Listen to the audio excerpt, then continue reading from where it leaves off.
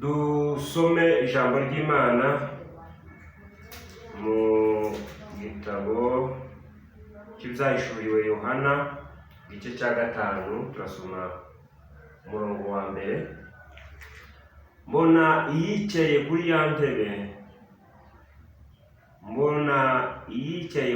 ntebe, igitabo mbonana yicaye kuri ya ntebe, igitabo mu kuboko kw'iburyo cyanditse imbere n'inyuma, kandi gifatanishijwe ibimenyetso 7 by'ubushishi. Mbona marayika ukomeye arabaririza n'ijwi rirenga ati, ninde ukwiriye kubumbura kiriya gitabo no kumenagura ibimenyetso bigifatanije? Umurongo wa 4, nuko ndizwa cyane no kubona nuko hatabonetse ukwiriye kubumbura icyo gitabo habe no kukireba. Umurongo wa 9,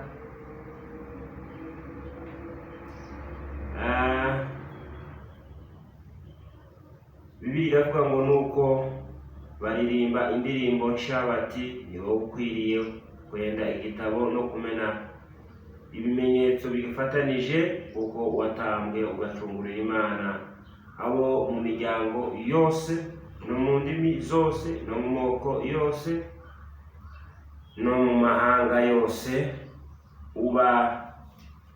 ubacunguje amaraso yawe.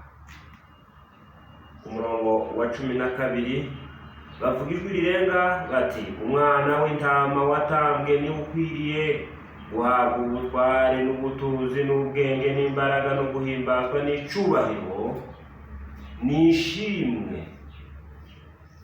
Amen. Reka tuganire ijambo ry'Imana, twongeye kandi kubasuhuza muri kino gitondo. Imana ibaho umugisha. Hari ijambo Imana yanshize ku mutima ryo kubwira isi yose. Iri jambo isi yose izaryumva. Ijambo rivuga ngo Yesu wenyine ni ukwiriye. Yesu wenyine, Yesu Kristo ni wenyine ukwiriye mu ijuru, mu isi no munsi ikuzimu. Yesu wenyine ni ukwiriye. Ndashaka ngo dusangire ubu butumwa tuvuga amagambo 3 gusa.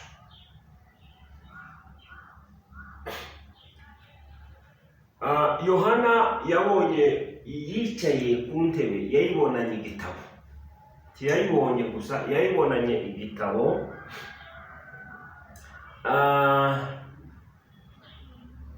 Icyo gitabo ngo cyari gifatanishije ibimenyetso cyangwa se amakashe 7.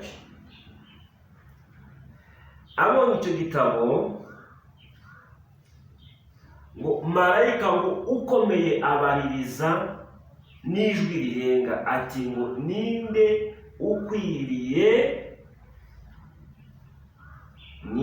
ukwiriye kubumbura kiriya gitabo no kumena ibimenyetso bigifatanije? Nicyo kibazo marayika yabazaga. Ninde ukwiriye? Icyo nicyo kibazo nawe kubaza, icyo nicyo kibazo nibaza, icyo nicyo kibazo kibazwa isi, nicyo kibazo kibazwa mu ijuru, nicyo kibazo kibazwa mu ikuzimu. Ninde ukwiriye? Muri kino gitabo harimo ibintu byinshi abantu bashobora gutekerezaho. Barashobora kubaza ngo ese icyo gitabo ni iki? Ibyo bimenyetso ni iki? Hariho ibizima 4, hariho abakuru 24. Abo bose hari igihe umuntu yagira ibitekerezo cyangwa se akagira amatsiko yo kubisobanukirwa. Ariko nubwo hoba ubusobanuro butandukanye ku bijanye n'icyo gitabo icyo ari cyo, n'ibimenyetso bigifatanyije, kuko ibyo bimenyetso biri ku gice cya 6. Ibyo bimenyetso babimenagura babisobanura ibyo ari byo. Icyo gitabo nacyo nubwo kitomenyekana, ariko icy'ingenzi muri kino gitabo, icyo Yohana cyatumye arira, icyatumye Yohana arira si ukumenya ibyo bimenyetso, si ukumenya icyo gitabo, si ukumenya abakuru 24, si ukumenya ikindi kintu icyo ari cyo cyose, ahubwo ni ukumenya ukwiriye uwo ari we. Ninde ukwiriye? Ikibazo kirimo kirabazwa ku isi hose. Ninde ukwiriye mu ijuru? Ninde ukwiriye mu isi? Ninde ukwiriye hehe? Ikuzimu. Niyo mpamvu rero twahisemo kuganira ngo ese ninde ukwiriye. Iri niyo jambo ryasubiwemo inshuro nyinshi, ninde ukwiriye, kuko marayika yarabajije ngo ninde ukwiriye. Bibiliya iravuga ngo ku murongo wa 3, ntihagira uwo mu ijuru, ntihagira uwo mu isi cyangwa uw'ikuzimu ubasha kubumbura icyo gitabo, ntihabonetse ukwiriye, habe no ku kirere habuze umuntu ukwiriye kugira ngo arebe icyo gitabo, abumbura ibimenyetso bigifatanyije. Hari hakwiriye ukwiriye. Urufunguzo rwa kino gice, ninde ukwiriye mu buzima, ninde uruta abandi mu ijuru. Ni ukuvuga ngo nubwo muri Bibiliya hatanditse ngo barashakishije, ariko baramubuze, ntiwabura utashakishije. Ni ukuvuga ngo mu ijuru bashakishije ukwiriye arabura, undi uwo ari we wese ukwiriye yarabuze. Mu ijuru harabuze. Ijuru ryose aho ritangirira n'aho rihegera habuze umuntu ukwiriye. Hano ku isi bahageze, kuva aho isi itangirira, aho abantu baba hose bashakisha umuntu ukwiriye arabura. Ikuzimu habura n'umwe ukwiriye. Yohana nawe, Bibiliya iravuga ngo umwe ngo mu bakuru abwira Yohana ati, wirira Yohana, hariho umuntu ukwiriye. Aramubwira ngo umwe mu bakuru aramubwira ati, wirira, dore intare yo mu muryango wa Yuda, igishitsi cya Dawudi, aranesheje ngo abumbure igitabo, amenye ibimenyetso 7 bigifatanyije. Ndagira ngo nkubwire, umenye neza, mu isi, mu ijuru n'ikuzimu, umuntu ukwiriye umwe gusa ni Yesu Kristo. Niwe wenyine ukwiriye. Impamvu akwiriye ni ukubera ibintu 2 nibyo tugiye kuvuga. Ijambo rya mbere, arakwiriye kuko ariwe mwami w'abantu, ariwe urengeye byose. Bibiliya yavuze ngo intare yo mu muryango wa Yuda. Iryo ni ijambo ryerekana ubuhanuzi bwa Yesu Kristo nk'umwami, atari umwami gusa, umwami w'abantu. Bivuga ngo niwe Mana, umwami w'abami niwe Mana. Kubera Yesu ariwe Mana, niwe ukwiriye. Izindi mana zose ntizikwiriye. Ibindi byose ni ibigirwamana, ibindi byose nibyo n'ibishushanyo, ibindi byose si imana z'ukuri. Imana ikwiriye ni Yesu Kristo wenyine. niwe mwami w'abami, niwe ntare yo mu muryango wa Yuda. Iri jambo intare yo mu muryango wa Yuda risobanura ubwami bwa Yesu Kristo. Bibiliya kandi yavuze kuko ari igishitsi cya Dawudi, bivuga ngo nubwo ari Imana, nubwo yabanje kugira akamero k'Imana, nubwo yaremye byose, nubwo ari Alfa na Omega, nubwo ari we tangiriro n'iherezo, nubwo ari we wa mbere n'uw'imperuka, nubwo ari we jambo w'Imana, nubwo mu byaro byose nta na kimwe kitaremwe nawe, nubwo yaje mu isi ab'isi ntibamenya kandi ari we wayiremye, ariko kandi ni igishitsi cya Dawudi, yambaye umubiri, avukira mu Bayuda, asa n'abantu kugira ngo aducungure.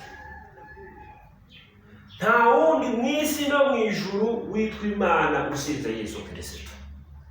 Bibiliya iratubwira ngo nuko umwana yatuvukiye, duhawe umwana w'umuhungu, ubutware buzaba ku bitugu bye.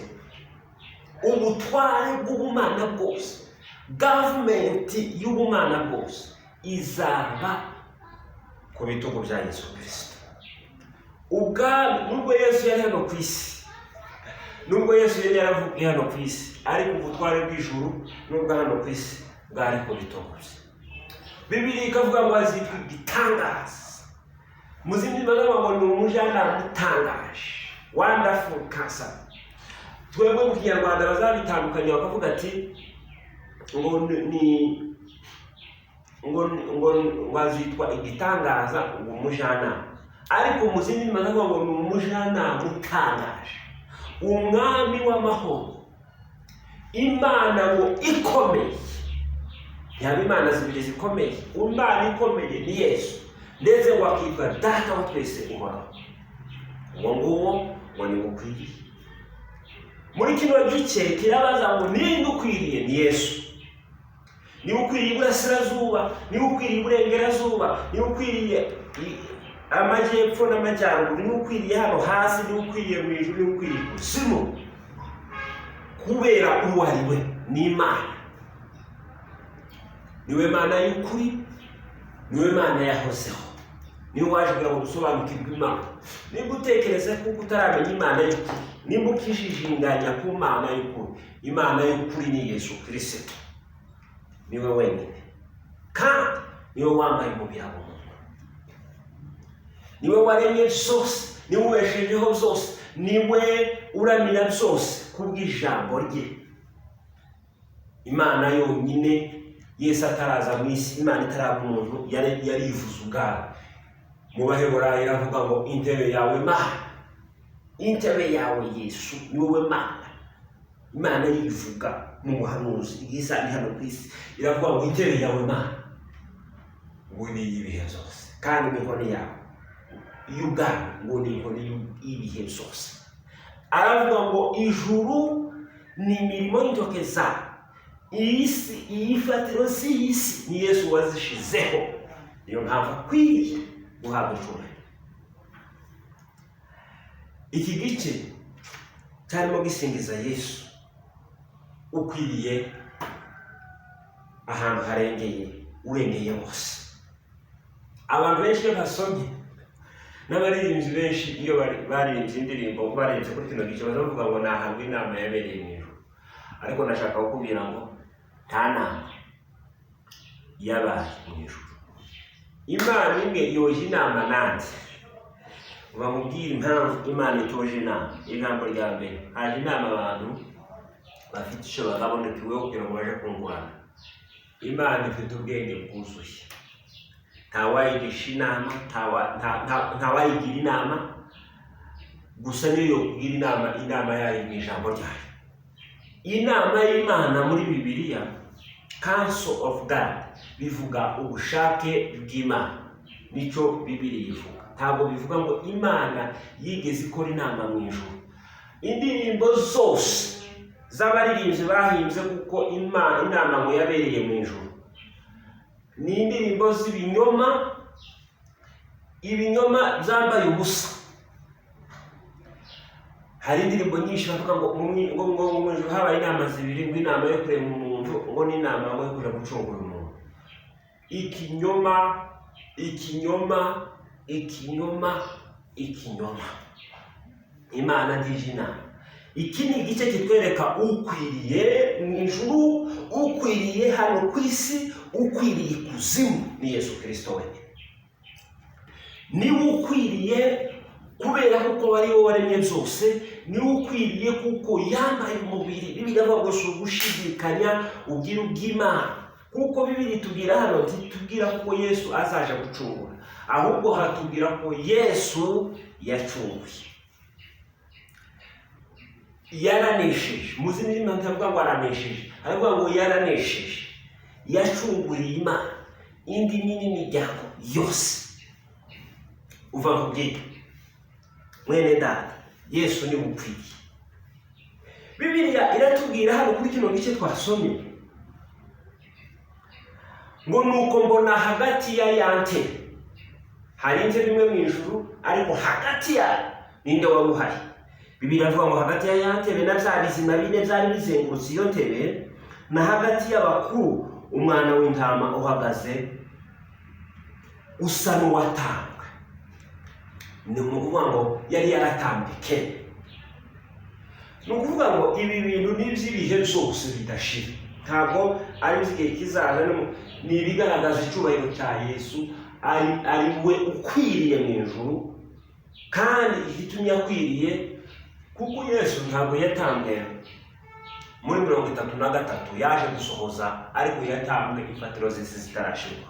Niyo mpamvu igikorwa cye cyakirije ababanjirije 33 nabo nyine nabiteka ryose.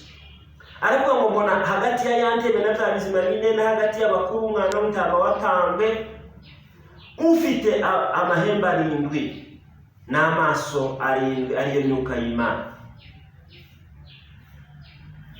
ituma kuja ku isi yose. Araza akura cya gitabo mu kuboko kw'iburyo kwicaye kuri yantebe. Ubwo yari hagati, nuvuga ngo niwe kandi wari no ku ntebe.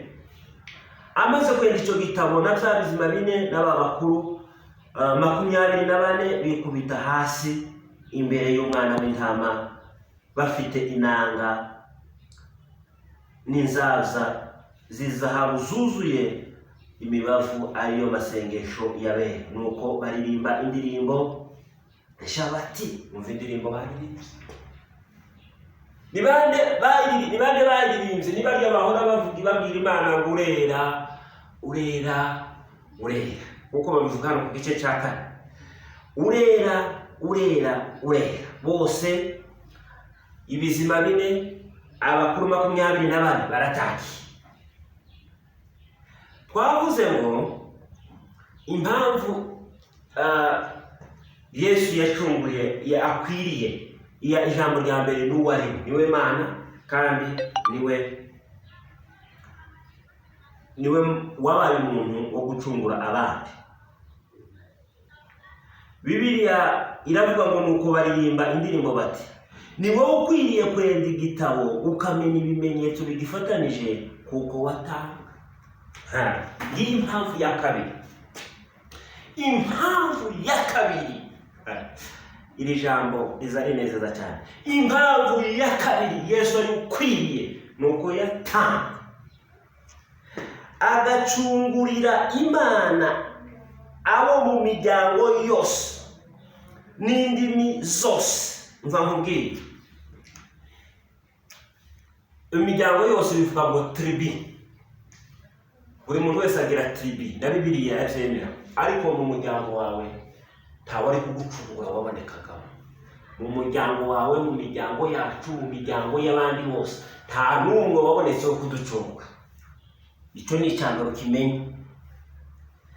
Ndetse no mu ndimi zose, mu bavuga Igifaransa, mu bavuga Icyongereza, mu bavuga Igiswahili, mu bavuga Icyesipanyole, mu bavuga Igisenwa, mu bavuga Ikinyarwanda, mu bavuga Igiswahili, mu bavuga toutes les langues qui existent sur la terre, ntihabonetse wo kuducungura. Abantu bose bavuga indimi zose, Yesu Kristo niwe wari ukwiriye gutanga kugira ngo abacungure. Niyo mpamvu akwiriye. Bibiliya yavuze kandi ngo imiryango yose, indimi zose, n'amoko yose amoko yose. Nubwo wakwiratana umuryango wawe, ukiratana ubwoko bwawe, ukiratana ururimi rwawe, muzi ko hari indimi zadukoronije, n'ubu nyine hari abantu bahengeka akanwa ngo baravuga Icyongereza, abandi bakavuga Igiswahili, baraguwe ngo bakagira ngo none no kuvuga Igifaransa ngo ni bwo bwenge no kuvuga Icyongereza si bwo bwenge, n'Igiswahili n'izindi zose n'indimi z'abakoroni. Umva kubwiye muri izo ndimi zose ntabwo wacungura abantu gusa Igifaransa. Indimi zose abafrancofone bacunguwe na Yesu, abanglofone bacunguwe na Yesu, abaswahilifone bacunguwe na Yesu. Abantu bose bo kwisi nta numwe ushobora kubacungura usibye Yesu Kristo. Niyo mpamvu akwiriye. Bararirimbye abana abakuru bo mu ijuru, abakuru n'ibizima bine baravuga ngo niwe ukwiriye, kubera ko wacunguye imiryango yose n'indimi zose n'amoko yose ndetse n'amahanga yose. Iyo bavuze amahanga yose baba bavuze ibihugu. Mu bihugu zose biba ku isi nta n'umwe wari gucunga. Mu byabayeho n'ibiriho n'ibizaza nta muntu n'umwe ukwiriye gucungura abantu. Niyo mpamvu Yesu akwiriye mu isi no mu ijuru. Hari umwe gusa ukwiriye, ni Yesu Kristo. Niyo mpamvu ari we nzira n'ukuri n'ubugingo. Yewe uva kubwira gukurira inzira ku murimo.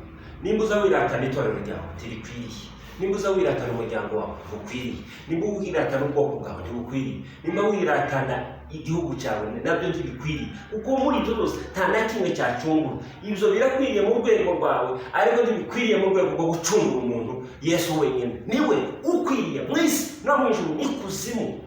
Nta wundi ukwiriye, ni Yesu Kristo. Bibiliya ikavuga ngo yavuze ngo yacunguje amaraso wayacunguje amaraso yawe. Amahanga yose ubacunguza amaraso yawe. Iri jambo nararivuze, nzongera ndivuge, ndisubiremo. Amaraso akwiriye gucungura meza namwe na Yesu. Ayandi yose asemerera urubanza.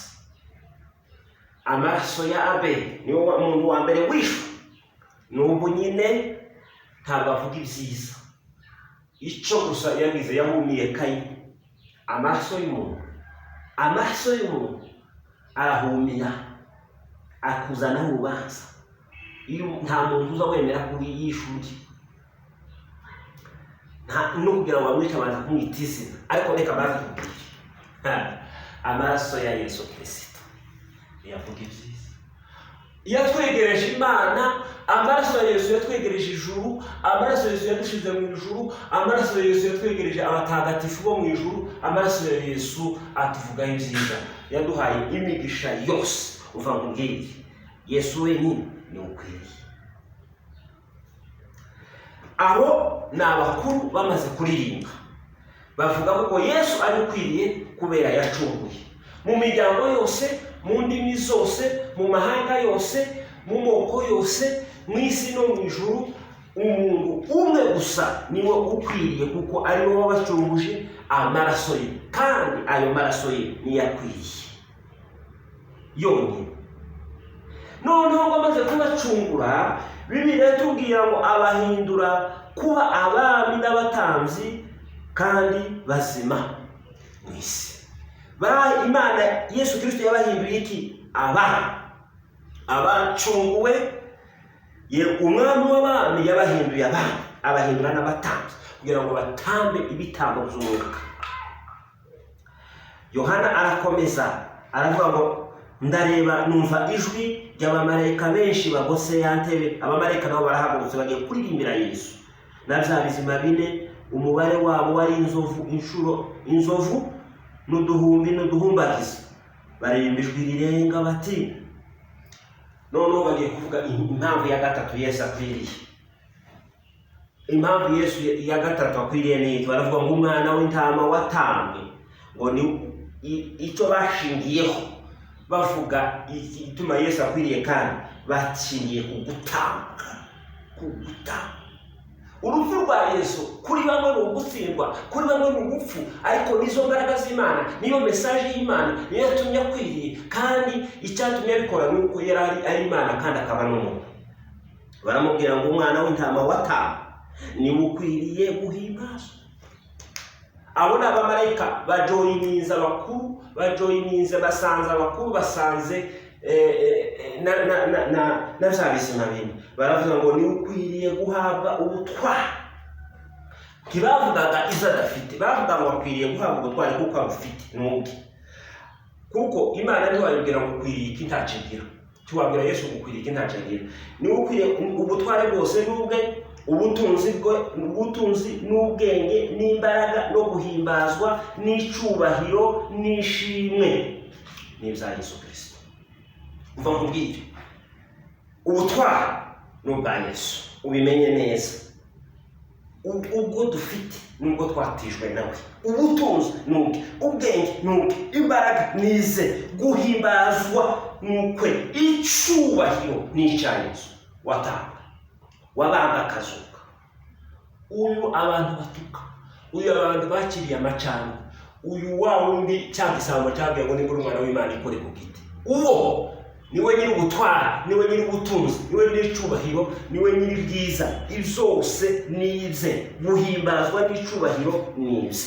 Abamarayika baririmba, abakuru barabiririmba, ndetse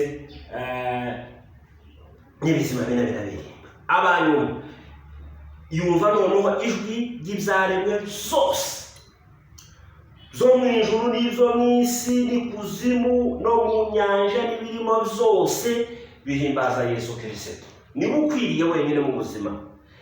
Biraririmba, biravuga ngo baririmba indirimbo bivuga biti ngo ishimwe no guhimbazwa n'icyubahiro n'ubutware bibe iby'uwicaye kuri ya ntebe n'iby'umwana w'intama iteka ryose.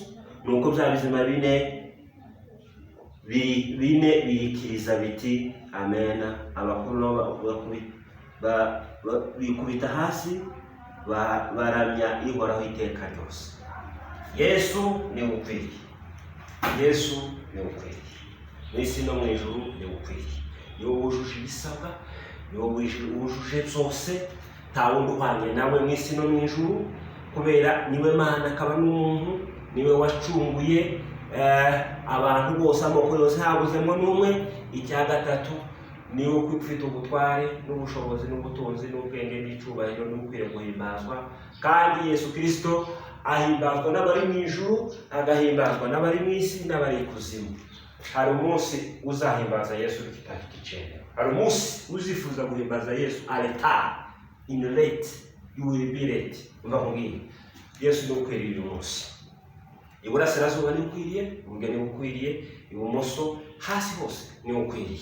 Niwe wujuje ibisabwa, niwe wacunguye. Iyo nawe uje kuba ukwiriye, wowe waracunguye bene banyu, waracunguye imiryango yanyu, waracunguye amoko yose, ariko ntabwo ukwiriye. Kugira ngo nawe ukwiriye, wemere Yesu, umwizere, kandi umwizere kuko ari ukuri, uzaba ukwiriye. Nimba Yesu ari ukwiriye, ube muri we, umwizere nawe we muri wewe iteka ryose, ugendere muri we, kandi icyo gihe nizo ukwiye. Abadafite Yesu bose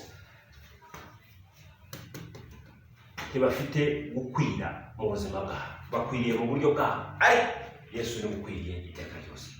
Ijambo ry'Imana ridufashe, kandi ijambo ry'Imana rituganze. Amen.